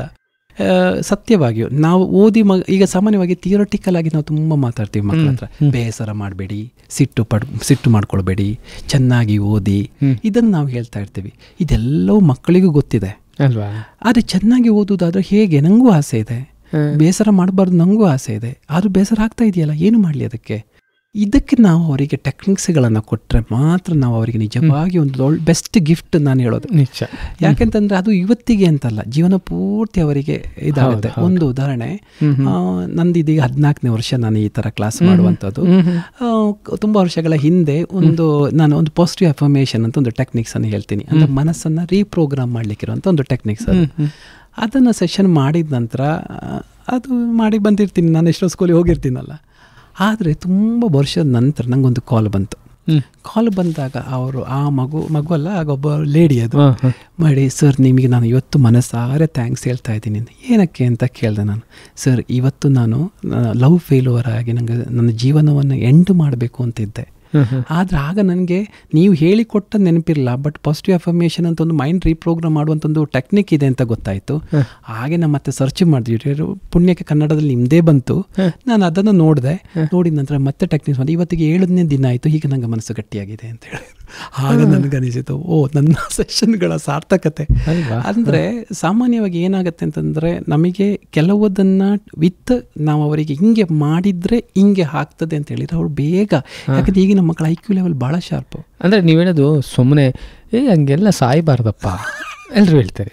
ಹೌದು, ಸಾಯಬಾರ್ದು ಅಂದರೆ ಏನನ್ನ ಗಮನಿಸಬೇಕು, ಏನನ್ನ ಮಾಡಬೇಕು ಅನ್ನೋದು ಮುಖ್ಯ. ಹೌದು, ಯಾಕಂದ್ರೆ ಅವರ ಸಹಿಸ್ಲಿಕ್ಕಾಗದ ಒಂದು ಸಿಚುವೇಶನ್ ಅವರು ಇರ್ತಾರೆ ಅಲ್ವಾ. ಅವರಿಗೆ ಅಲ್ಲಿ ಆ ಮೂಮೆಂಟಲ್ಲಿ ಅದೇ ಅವರಿಗೆ ಸತ್ಯ. ನಮಗೆ ಹೇಳುವಷ್ಟು ಸುಲಭ ಇಲ್ಲ ಅವರು ಅಲ್ಲಿ ಆ ಒಂದು ಸಿಚುವೇಶನ್ ಅಲ್ವಾ. ಆಗ ನಾವು ಸಮಯಕ್ಕೆ ಸಮಯ ಕೊಡಿ, ಹೌದು ಅದೆಲ್ಲ ಸತ್ಯವೇ, ಅದು ಪ್ರಾಕ್ಟಿಕಲ್ ಆಗಿ ಅವರಿಗೆ ಆಗೋದಿಲ್ಲ. ಆಗ ಅವರಿಗೆ ನಮ್ಮ ಸಹಾಯ ಬೇಕಾಗುತ್ತೆ. ಸರಿ, ಹೀಗೆ ಅಂದರೆ ಈ ಥರದ ಮಕ್ಕಳಲ್ಲಿ ಏನು ಅರ್ಥ ಆಗೋದಿಲ್ಲ, ಓದಿದ್ರು ತಲೆಯಲ್ಲಿ ಉಳಿಯಲ್ಲ ಅನ್ನೋ ಮಕ್ಕಳಿಗೆ ಸುಮ್ಮನೆ ಏನಾದ್ರು 1-2-3 ಎಕ್ಸಾಂಪಲ್ಸ್ ಏನಾದರೂ ಕೊಡೋಕ್ಕೆ ಸಾಧ್ಯ? ಉದಾಹರಣೆ, ಯಾವುದೋ ಒಂದು ಸ್ಟೂಡೆಂಟ್ ಇನ್ಸಿಡೆಂಟು. ಶಿವ್ ಸರ್, ಏನಂತಂದರೆ ನಮ್ಮ ಈಗ ಒಂದು ಸ್ಕೂಲಿಗೆ ಹೋದಾಗ, ಎಸ್ಪೆಷಲಿ ನಾನು ಹಳ್ಳಿ ಗೌರ್ಮೆಂಟ್ ಸ್ಕೂಲ್ಗಳಿಗೆ ಹೋದಾಗ, ನನಗೆ ಸೆಷನ್ ಆಗಿ ಬರಬೇಕಿದ್ರೆ ಕೆಲವು ಸಲ ತುಂಬ ಖುಷಿಯಾಗಿರುತ್ತೆ, ಕೆಲವು ಸಲ ತುಂಬ ಬೇಸರ ಆಗುತ್ತೆ. ಆ ಮಕ್ಕಳಿಗೆ ನಂತರ ಸಾಧ್ಯ ಆಗ್ತಾ ಇಲ್ಲಲ್ಲ ಅಂತ ಹೇಳುವಂಥ ಒಂದು ಸ್ಥಿತಿ ಇದೆಯಲ್ಲ ಮಕ್ಕಳ ಒಂದು ಮುಖ, ಅದು ತುಂಬ ನಮಗೆ ತೊಂದರೆ ಕೊಡುತ್ತೆ. ಕೆಲವು ಸಲ ಮಕ್ಕಳು ನನ್ನ ಕೈ ಹಿಡ್ಕೊಂಡಿರ್ತಾರೆ, ನಮಗೆ ಆಗ ಗೊತ್ತಾಗತ್ತೆ, ಸರ್ ಇನ್ನು ನಾವು ಪ್ರಯತ್ನಿಸಿದರೆ ಆಗತ್ತಾ ಅಂತ ಕೇಳ್ತಾರೆ. ಇನ್ನೂ ಪ್ರಯತ್ನ ಪಾಸ್. ಇವತ್ತು ನಾನೊಂದು ಬೆಂಗಳೂರು ಮೈಸೂರು ಸ್ಕೂಲಲ್ಲೇ ಒಂದು ಮುಗಿಸಿ ಬಂದೆ. ಆಗ ಎಂಡಲ್ಲಿ ನಮ್ಮ ಮಕ್ಕಳ ಹತ್ರ ಒಪಿನಿಯನ್ ಒಳಗೆ ಒಂದು ಮಗು ಬಂದು ಹೇಳ್ತು, ಸರ್ ನನ್ನ ಒಂದು ರಿಕ್ವೆಸ್ಟ್ ಇದೆ ನಿಮ್ಮ ಹತ್ರ. ಏನು, ನೆಕ್ಸ್ಟ್ ಇಯರ್ ನಿಮ್ಮ ಇದೇ ಕ್ಲಾಸನ್ನು ನಮ್ಮ ತಮ್ಮಂದಿರಿಗೆ ಅಂದರೆ 9ನೇ ಕ್ಲಾಸ್ ಮಕ್ಕಳಿಗೆ ಜೂನಲ್ಲೇ ಮಾಡ್ಬೋದಾ ಅಂತ ಕೇಳಿದ್ರು. ನನಗೆ ಆಗ ಎಷ್ಟೊಂದು ಕಾಳಜಿ, ಅಥವಾ ಆ ಮಗು ಈಗ ಥಿಂಕ್ ಮಾಡ್ತಾ ಇರ್ಬೋದೇನೋ, ಯಾಕಂದರೆ ಏನು ಮಾಡಿದರೆ ಟಿಪ್ಸ್ ಈಗ ಗೊತ್ತಾಗಿದೆ, ಅದಷ್ಟು ಇರುವುದು 106 ದಿನ ಅಷ್ಟೇ ಎಕ್ಸಾಮಿಗೆ. ಸೊ ಹೀಗೆ ಇರುವಂಥದ್ದು ಇರುತ್ತೆ. ಈಗ ಓದುವುದು ಹೇಗೆ ಅಂತ ಹೇಳುವಂಥದ್ದು ಇವತ್ತಿಗೆ ನಾನು ನಿಮಗೆ ಹೇಳಿ ನೆಕ್ಸ್ಟ್ ಡೇಗೆ ಆಗುವಂಥದ್ದಲ್ಲ. ಆದ್ರೂ ಕೆಲವೊಂದು ಮೆಥಡ್ಸ್ಗಳು, ಈಗ ನನಗೆ ಆಗಲೇ ಹೇಳಿದ ಹಾಗೆಯೇ ಏನಾಗ್ತಾ ಇದೆ ನನ್ನ ಒಳಗಡೆ ಅಂತ ಹೇಳುವಂಥದ್ದು, ಏಕಾಗ್ರತೆ ಕೊರತನ ಅಥವಾ ಓದಬೇಕಿದ್ರೆ ನನ್ನ ಮೈಂಡ್ ಡೈವರ್ಟ್ ಆಗುತ್ತಾ, ಕೆಲವರಿಗೆ ಬೇಗ ಫಾಸ್ಟ್ IQ ಲೆವೆಲ್ ಜಾಸ್ತಿ ಇರುವ ಕಾರಣ ಮನಸ್ಸನ್ನು ಒಂದು ಜಾಗ ನಿಲ್ಲಿಸಕ್ಕೆ ಅವರಿಗೆ ಆಗಲ್ಲ. ಈಗಿನ ನೀವು ಮಕ್ಕಳ ಹತ್ರ ನೋಡಿ, ಹೂ ಕಟ್ಟಲಿಕ್ಕೆ ಎಷ್ಟು ಜನ ಮಕ್ಕಳಿಗೆ ಬರುತ್ತೆ, ಅಥವಾ ಸಂಗೀತ ಒಂದೇ ಜಾಗದಲ್ಲಿ ಕೂತು ಎಷ್ಟು ಗಂಟೆ ಅವರು ಇದು ಮಾಡ್ತಾರೆ, ಒಂದು ಗಾರ್ಡನಿಂಗ್ ಮಾಡ್ತಾರ, ಇಂಥ ಚಿಕ್ಕ ಚಿಕ್ಕದ ಆಕ್ಟಿವಿಟೀಸ್ ಇರ್ಬೋದು. ಇದೆಲ್ಲ ಒಂದು ಭಾವನಾತ್ಮಕವಾಗಿ ಬೆಳೀಲಿಕ್ಕೆ ಮಗುವನ್ನು. ಸೊ ಇಂಥದ್ದು ಇಲ್ಲದಿರುವ ಕಾರಣ ಮನಸ್ಸಿಗೆ ಓಡುದಷ್ಟೇ ಗೊತ್ತಿರುತ್ತೆ, ಅದನ್ನು ಹಿಡಿಲಿಕ್ಕಿರುವ ಬುದ್ಧಿ ಅವರ ಹತ್ರ ಇರೋದಿಲ್ಲ. ಸೊ ಹಾಗಿರುವಾಗ ಅವ್ರಿಗೆ ಕಷ್ಟ ಆಗ್ತಾ ಇರುತ್ತೆ. ಸೊ ಆದ್ದರಿಂದ ಈ ಓದುವಾಗ ನನಗೆ ಒಂದಿಷ್ಟು ಟಿಪ್ಸ್ ಕೊಡ್ತೀನಿ. ಏನು ಸಾಮಾನ್ಯವಾಗಿ ನಾನು ಇದು ಡೆಮೋ ಕೊಡಿಸ್ತೀನಿ ಮಕ್ಕಳ ಹತ್ರ. ಅಲ್ಲ, ಈಗ ನಾನು ಒಂದು ಉದಾಹರಣೆಗೆ ನಾನು ನಿಮಗೆ ಕೊಟ್ಬಿಡ್ತೀನಿ. ಈಗ ನಾನು ನೋಡಿರುವ ಒಂದು ಹುಡುಗ 4ನೇ ತರಗತಿ ಓದ್ತಾ ಇದ್ದಾರೆ. ಆದರೆ ಅವನಿಗೆ ಸೈಕಲ್ ಹೊಡೆಯೋದು ಅಂದರೆ ಇಷ್ಟ, ಆಟ ಆಡೋದು ಅಂದರೆ ಇಷ್ಟ, ಮತ್ತು ಮಾಮೂಲಿ ಅಂದರೆ ಕ್ಯಾಜುವಲಾಗಿ ಸ್ಪೋರ್ಟ್ಸ್ ಅದು ಇದು ಭಾಗವಹಿಸೋದು ಬಹಳ ಇಷ್ಟ. ಆದರೆ ಓದೋಕ್ಕೂ ಇಷ್ಟ, ಆದರೆ ಒಂದು ಕಡೆ ಕೂತ್ಕೊಳ್ಳೋಕೆ ಕಷ್ಟ, ಅಥವಾ ಓದಿದ್ದನ್ನ ತಲೆಯಲ್ಲಿ ಇಟ್ಕೊಳ್ಳೋದು ಇನ್ನಷ್ಟು ಕಷ್ಟ. ಈ ಥರದ್ದು ತೊಂದರೆ ಇದೆ. ನೀವು ಇನ್ನೂ ಒಂದು ಹೇಳಿದಾಗೇ ಪರೀಕ್ಷೆಯಲ್ಲಿ ಪ್ರಶ್ನೆ ಏನಂತ ಅರ್ಥ ಆಗಲ್ಲ, ಹೊರಗಡೆ ಬಂದಮೇಲೆ ಆ ಪ್ರಶ್ನೆ ಉತ್ತರ ಇದೇ ಪ್ರಶ್ನೆ ನನಗೆ ಗೊತ್ತಿತ್ತು ಅಂತಾರೆ. ಇಂಥ ಪರಿಸ್ಥಿತಿ ಅವನಿಗೆ ಓದೋಕ್ಕೆ ಒಂದು ಕಡೆ ಕೂತ್ಕೊಳ್ಳೋಕೆ ಸಾಧ್ಯ ಆಯ್ತಿಲ್ಲ. ಯಾವಾಗಲೂ ಆಟ ಆಡಬೇಕು, ಯಾವಾಗಲೂ ಸೈಕಲ್ ಹೊಡಿಬೇಕು ಅನ್ನೋ ಆಸೆ ಇರುತ್ತೆ, ಬಟ್ ಓದಿದ್ದು ನೆನಪಲ್ಲಿ ಉಳಿಯಲ್ಲ. ಇಂಥ ಮಕ್ಕಳಿಗೆ 2 ಟಿಪ್ಸು, ಏನು ಅಬ್ಸರ್ವ್ ಮಾಡಬೇಕು ಅಥವಾ ಏನು ಸಪೋರ್ಟ್ ಮಾಡಬೇಕು? ಸೊ ಇಲ್ಲಿ ನಾವು ಏನು ಮಾಡಬೇಕು ಅಂದರೆ, ಈಗ ಒಂದು ಮಗು ಯಾವತ್ತೂ ಅಂದರೆ ಈಗ ನೀವು ಹೇಳಿದ ಹಾಗೆ ನೀವು ಹೇಳುವ ಲೆಕ್ಕದಲ್ಲಿ ನಾವು ಹೈಪರ್ ಆ್ಯಕ್ಟಿವ್ ಇರ್ತಾನೆ ಆ ಮಗು ಅಂತ ಲೆಕ್ಕ. ಯಾಕಂದ್ರೆ ತುಂಬ IQ ಲೆವೆಲ್ ಶಾರ್ಪ್ ಇದೆ, ಅದಕ್ಕೋಸ್ಕರ ಆ ವಿಷಯವನ್ನು ತೆಕ್ಕೊಳ್ಳಿಕ್ಕೆ ಕೆಪಾಸಿಟಿ ಇಲ್ಲದ ಇರೋದಲ್ಲ, ಅದು ಬಹಳ ಇಂಪಾರ್ಟೆಂಟ್ ಅಂತೇಳಿ ಉಳಿಸ್ಲಿಕ್ಕೆ ಆ ಮಗುವಿಗೆ ಬೇಕು ಅಂತ ಅನಿಸೋದಿರೋದಿಲ್ಲ. ಸಾಮಾನ್ಯವಾಗಿ ನಾನು ಇದಕ್ಕೊಂದು ಟಿಪ್ಸ್ ಏನು ಹೇಳ್ತೀನಿ, ನಾನು ಡೆಮೋ ಕೊಡುವ ಹಾಗೆ ಸ್ಕೂಲಲ್ಲಿ ಸೆಷನ್ಗಳಲ್ಲಿ ನಾವು ಒಂದಿಷ್ಟು ಹೆಸರುಗಳನ್ನು ಹಾಕಿರ್ತೀನಿ. ಇದರಲ್ಲಿ ಮಕ್ಕಳ ಹತ್ರ ಓದಲಿಕ್ಕೆ ಹೇಳಿರ್ತೀನಿ. ಆಗ ನಾನು ನೀರೋ ಏನೋ ಕುಡಿತಾ ಇರ್ತೀನಿ, ಮಕ್ಕಳೆಲ್ಲ ಓದಿರ್ತಾರೆ. ನಾನು ತೆಗ್ದ ನಂತರ ಎಷ್ಟು ಹೆಸರಿತ್ತು ಅಂತ ಕೇಳಿದರೆ ಯಾರೂ ಅದನ್ನು ಹೇಳಲ್ಲ. ಒಂದು 6-7 ಒಂದು 14 ಹೆಸರಿದ್ರೆ ಒಂದು 3-2 ಹೇಳ್ತಾರೆ. ನಾನು ಇನ್ನೊಂದು ಸತಿ ಕೇಳ್ತೀನಿ ನೀವು ನೋಡಿ ಅಂತ ಹೇಳಿದರೆ 10ಕ್ಕಿಂತ ಮೇಲೆ ಹೇಳ್ತಾರೆ. ಇಲ್ಲಿ ಮೊದಲು ಓದಿದ್ರಲ್ಲೂ ನಂತರ ಓದಿದ್ರಲ್ಲೂ ಏನೂ ತಪ್ಪಿಲ್ಲ, ಅಂದರೆ 2 ಒಂದೇ ಥರನೇ. ಆದರೆ ನಾನು ಕೇಳ್ತೀನಿ ಅಂತ ಹೇಳುವಂಥ ಒಂದು ಪ್ರಶ್ನೆ ಅವರಲ್ಲಿ ವ್ಯತ್ಯಾಸವನ್ನು ಉಂಟು ಮಾಡುತ್ತೆ. ಅಂದರೆ ಇದರ ಅರ್ಥ ಏನು ಅಂತಂದರೆ, ಎವ್ರಿ ಟೈಮ್ ಒಂದು ಮಗು ಓದುವಾಗಲೂ ಅಥವಾ ಪೇರೆಂಟ್ಸ್ಗಳು ಮಕ್ಕಳ ಹತ್ರ ಓದಿಸುವಾಗಲೂ ಅದಕ್ಕಿರೋ ರೀಸನ್, ಕಾರಣ, ಅದನ್ನು ಯಾಕೆ ಓದ್ತೀಯಾ, ಅದು ಯಾಕೆ ನಿನ್ನ ನೆನಪಲ್ಲಿ ಇಟ್ಕೊಳ್ಬೇಕು, ಅದು ಬಂದರೆ ಹೆಂಗೆ ಬರೀತೀಯಾ ಅಂತ ಹೇಳೋದನ್ನು ನೀವು ಆ ಮಗುವಿಗೆ ಅದನ್ನು ಮಾಡಿಸಿದರೆ ಬಹಳ ಸುಲಭವಾಗಿ ಮನಸ್ಸು ನೆನಪಲ್ಲಿ ಇಟ್ಟುಕೊಳ್ಳುತ್ತೆ. ಸೊ ಇದು ನಾವು ಪ್ರಾಕ್ಟೀಸ್ ಮಾಡಿಸಲ್ಲ, ಇಂಪಾರ್ಟೆನ್ಸ್ ಗೊತ್ತಾಗಬೇಕು. ಏನೇ ಆದ್ರೂ ಅದು ಓದಿದ ನಂತರ ಅದನ್ನು ನನ್ನ ತನಕ್ಕೆ ತಿರುಗಿಸ್ಬೇಕು. ಅದನ್ನು ಅಂದರೆ ಏನು ಹೇಳೋದು, ನಾನು ಸೇರಿ ಬಿಟ್ಟು ಬಿಡಬೇಕು. ಅದು ಓಕೆ, ನೀವು ಒಂದು ಕಥೆಯನ್ನು ಓದಿದ್ರು ಆ ಕಥೆಯನ್ನು ಹಂಗೆ ನೀವು ಸುಮ್ಮನೆ ಬಿಟ್ಟುಬಿಟ್ರೆ ಅದು ಎಲ್ಲಿಯೋ ಒಂದು ಭಾಷಣಕ್ಕೆ ಹೋದರೆ ಕೆಲವು ಸಲ ಬರ್ಬೋದು, ಬರದೇ ಇರ್ಬೋದು. ಈ ಕಥೆಯನ್ನು ಸ್ವಲ್ಪ ಆಲೋಚನೆ ಮಾಡಿ ಎಷ್ಟು ಚೆನ್ನಾಗಿರ್ಬೋದು ಆ ಸಿಚುವೇಶನ್ ಅಂತ ಸ್ವಲ್ಪ ಅದಕ್ಕೆ ಭಾವನೆ ವಿಜುವಲೈಸೇಷನ್ ಅಂತ ಹೇಳುವಾಗ ಅದಕ್ಕೊಂದು ಭಾವನಾತ್ಮಕವಾದೊಂದು ಟಚ್ ಕೊಡುವಾಗ ಈಗ ಒಂದು ರೂಲ್ ಇದೆ, ಒಂದು ಆಲೋಚನೆಗೆ ಭಾವನೆ ಸೇರಿಸಿದ್ರೆ ಬಿಲೀಫ್ ಆಗತ್ತೆ ಅಂತ ನಾವು ಹೇಳ್ತೀವಿ. ಈಗ ಯಾವುದೇ ವಿಷಯ, ಒಬ್ಬ ನೋವಾಗುವುದಾಗಲಿ ಸಂತೋಷ ಪಡೋದಾಗಲಿ, ಅದು ಆ ಮಗುವಿನ ಆ ವ್ಯಕ್ತಿಯ ಆಲೋಚನೆಗೆ ಭಾವನೆ ಸೇರಿಸಿದಾಗ. ಸೊ ಆದ್ದರಿಂದ ಅಂಥ ಸಿಚುವೇಶನ್ಸ್ಗಳು ಬೇಗ ಉಳಿಯುತ್ತೆ ನಮ್ಮ ಹತ್ರ ಅಲ್ವಾ. ಸೊ ಇದನ್ನ ನಾವು ಮಕ್ಕಳಿಗೆ ಕ್ಲಾರಿಟಿ ಕೊಟ್ರೆ ಅವರು ಒಂದು ಸತಿ ಓದಿದ್ದು ಚಂದ ನೆನಪಿಟ್ಟುಕೊಳ್ತಾರೆ. ಈಗ ನನಗೆ ಅದನ್ನ ಇಲ್ಲಿ ವಿವರಿಸಲಿಕ್ಕೆ ಕಷ್ಟ, ಬಟ್ ಒಂದು ವರ್ಕ್ಶಾಪ್ ಅಲ್ಲಿ ಆದ್ರೆ ಖಂಡಿತವಾಗಿ ಅದನ್ನು ಪ್ರೂವ್ ಮಾಡಿ ನಾವು ತೋರಿಸ್ಬೋದು. ಅಥವಾ ನಾವೇ ಇಟ್ಟುಕೊಳ್ಳಿ, ನೀವು ನೋಡಿ ನಿಮ್ಮ ಬಗ್ಗೆ ಒಂದು ನೆಗೆಟಿವ್ ಕಮೆಂಟ್ ಯಾರಾದರೂ ಮಾಡಿದಾಗ ಅದನ್ನು ತುಂಬ ಹೊತ್ತು ಆ ಆಲೋಚನೆ ಜೊತೆಗೆ ನೀವು ಇದ್ದರೆ, ಭಾವನೆಯನ್ನು ಸೇರಿಸ್ಕೊಂಡಿದ್ರೆ, ಅದು ನಿಮಗೆ ಎಷ್ಟು ವರ್ಷ ಕಳೆದ್ರೂ ನೆನಪಿರುತ್ತೆ. ಅದೇ ನೀವು ಅದಕ್ಕೆ ಭಾವನೆ ಸೇರಿಸಲಿಲ್ಲ ಆಲೋಚನೆಗೆ ಅಂತಿದ್ರೆ ಅದು ಸ್ವಲ್ಪ ದಿವಸ ಕಳೆದ ಯಾರೋ ಒಬ್ಬರು ಏನೋ ಹೇಳಿದ್ರು ಅಷ್ಟೇ, ಮುಗ್ದೋಯ್ತು. ಹಂಗೆ ಆಗಿರುತ್ತೆ. ಅದಕ್ಕೆ ಒಂದು ಭಾವನಾತ್ಮಕವಾದ ಒಂದು ಟಚ್ ಇದ್ದರೆ ಅದು ಹೇಳಿದಾಗುತ್ತೆ. ಈಗ ನೋಡಿ, ಈಗಿನ ಮಕ್ಕಳಲ್ಲಿ ನಮ್ಮಲ್ಲಿ ಹೆಚ್ಚು ಬರುವಂಥ ಪೇರೆಂಟ್ಸ್ಗಳು ಹೇಳ್ತಾರೆ, ಅವನಿಗೆ ಮೊಬೈಲ್ ಬಗ್ಗೆ ಎಲ್ಲ ಗೊತ್ತಿದೆ, ಕಾರ್ ಬಗ್ಗೆ ಎಲ್ಲ ಗೊತ್ತಿದೆ, ಬಟ್ ಪುಸ್ತಕದ ಕೇಳಿದ್ರೆ ಗೊತ್ತಿಲ್ಲ. ಯಾಕಂದ್ರೆ ಅದೆರಡು ಅವನು ಭಾವನಾತ್ಮಕ ಕನೆಕ್ಟ್ ಆಗಿದ್ದಾನೆ. ಸೊ ಈಗ ಇಲ್ಲಿಂದ ಅಲ್ಲಿಗೆ ಶಿಫ್ಟ್ ಮಾಡಿಸೋದು ಹೇಗೆ ಅಂತ ಹೇಳುವಂಥದ್ದು ನೆಕ್ಸ್ಟ್ ಕ್ವೆಶನ್. ಇದಕ್ಕೆ ಮಾತ್ರ ಥರ ನಮಗೆ ಹೇಳೋಕ್ಕಾಗಲ್ಲ, ಬಟ್ ಖಂಡಿತವಾಗಿ ವರ್ಕ್ಶಾಪ್ನಲ್ಲಿ ನಮಗೆ ಅವರನ್ನು ಆ ಥರ ಟ್ರೈನ್ ಮಾಡ್ಬೋದು. ಇದು ಸಹ ಬಹಳ ಇಷ್ಟು ಇಂಪಾರ್ಟೆಂಟು. ಇದನ್ನು ಹೆಂಗೆ ನಿನ್ನ ಮನಸ್ಸಿನಲ್ಲಿ ತುಂಬಿಸೋದು ಅಥವಾ ಮನಸ್ಸಿಗೆ ಅದರಲ್ಲಿ ಆಸಕ್ತಿ ಬರೋದಕ್ಕೆ ಏನು ಮಾಡ್ಬೋದು, ಅದಕ್ಕೆ ನಾವು ಟ್ರಿಗರ್ ಮೆಥಡನ್ನು ಯೂಸ್ ಮಾಡ್ತೀವಿ, ಟ್ಯಾಪಿಂಗ್ ಮೆಥಡ್ಸನ್ನು ಯೂಸ್ ಮಾಡ್ತೀವಿ, ಅಥವಾ ಪಾಸಿಟಿವ್ ಅಫರ್ಮೇಷನ್ ಯೂಸ್ ಮಾಡ್ತೀವಿ. ಈಗ ಉದಾಹರಣೆಗೆ ನಾನು ಸಾಮಾನ್ಯವಾಗಿ ಮಕ್ಕಳ ಹತ್ರ ಕೇಳ್ತೀನಿ, ಹಾವು ಅಂತಂದ್ರೆ ನಿಮ್ಮ ಮನಸ್ಸಲ್ಲಿ ಏನು ಬರುತ್ತೆ? ಕಚ್ಚುತ್ತೆ. ಬೆಂಕಿ ಅಂದ್ರೆ ಏನು ಬರುತ್ತೆ? ಸುಡುತ್ತೆ ಅಂತ ಬರುತ್ತೆ. ಹಾಗೇನೆ ಓದು ಅಂತ ಹೇಳುವಾಗ ಏನು ಬರುತ್ತೆ?